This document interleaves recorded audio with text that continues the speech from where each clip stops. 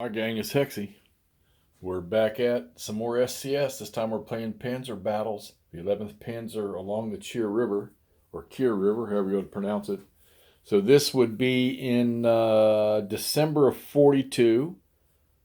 With, I guess, Stalingrad has already been encircled, and now the Germans are trying to, well, the Soviets are trying to block the Germans from providing relief to Stalingrad.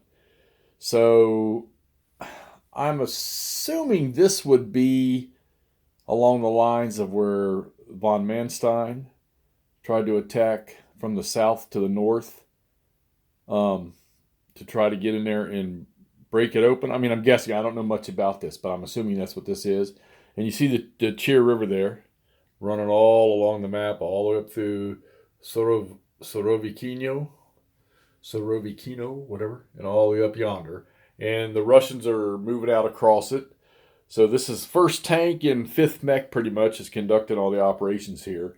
And all the little white crosses I got on the map are victory point locations. Now, Graham, the Germans already own some. I need to color my nice little tile separators that Wardrobe sent me. And they're all, each one of those is worth 1 victory points. Now, Savorakino, every city hex in there is apparently 1 victory point. Ostrovsky, or whatever, that's all those are worth 1, plus those 3 river crossings right there are worth 1. So, and then down here you got this town, there's 3 hexes in this town, and then there's a bunch down here in this town, so they're all worth 1 victory point. And then you've got where units can exit. So if you can get 10 units from 11th Panzer off of here, you get points, but they have to be able to have a clear line of supply trace back over to this area over here. And that's also the exit for 5th Mech. If they get so many units off, you get points. And they have to be able to trace a line back to the, I think it's A and C or A and B. I have to look at that. But they got to trace a clear line of supply back to there. Of course, line of supply, you hit a road, and then it's endless along the road as long as it's not blocked by an enemy unit or something.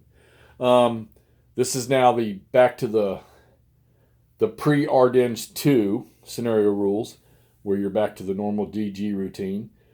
Spotters have to be adjacent. Doesn't say anything about division integrity. And spotters that are sitting on a hill can spot targets 6 hexes away. And there are a number of hills in this game, and they are marked as hill. It's only 6 turns, but it's a chit activation. And in this game here, the Soviets automatically win the first initiative, and the first 11th Panzer chit that is drawn gets treated like a dummy because it's accounting for the 11th Panzer forces moving to the battle area. Road march, interesting rule. We all know road march, you can move all the way across the stinking map, but you got to stay 3 hexes away, and you stay unstacked, and you cannot enter a hex with a friendly unit. And then you can move normally. So the sequence of play is, if for that, you're going to barrage, then you're going to road march, then you're going to movement. So a road march unit can move all the way across the map, and then he can do movement afterwards. All right.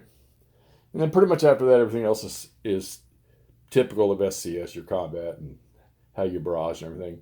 Aircraft, whoever has the initiative rolls on a chart, they get so many airstrike points, where the Russians have 1. Okay. And it's every chit activation you roll for air. So that's kind of an abstract way, I guess, to cover air. You might get 2, you might get 1.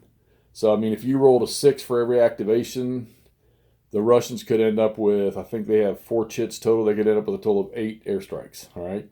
And you treat them like a yellow-coated barrage with a strength of 4, and they don't need a spotter. They can barrage anywhere on the map. So, I think my initial intent is, 1, for the Russians, probably to try to clear out that town up there, while the attack strengths of those German units in there in Sorovikino are not very strong. Their defense factors are 6, and I'm sure being in a city, it's going to be even more valuable. And then you've got all these other Soviet units are already across the Chir. So this whole thing was about the little fires that the 11th Panzer put out. So apparently there must have been multiple engagements. The only one I know of off the top of my head is State Farm 79. But they must have bounced around all over the place and placed the Soviet attacks into check. And it's listed as a defensive masterpiece, a mobile defensive masterpiece for the Germans. First tank is sitting, a lot of them are sitting over here. Probably going to road march to as close to that as I can get right there across the river. And then go into march and go into regular move, get across those river crossings and try to clear out this flank over here and start working my way. Where's the directionals on here? So north is this way. So start moving to the west, trying to roll up the Germans and see what happens when 11th Panzer comes on. The 11th Panzer Army comes on or whatever. Or 11th Panzer, I'm sorry. So there you go. Some Luftwaffe units in the middle. They're not very strong. Quite a bit of artillery. The yellow ones are the ones that do the most damage. So, all right, well, let's get this thing started. This is Panzer Battles, Standard Combat Series, 11th Panzer on the Chir. Let's get this posted. You can see what hex he's playing right now. Let me back out and get one big zoomed out view so you can see everything. And we're going to watch a little bit of golf at the same time. There we go. It's late at night, so it's a replay. Just so I can get up and go play in the morning. All right, talk to y'all soon.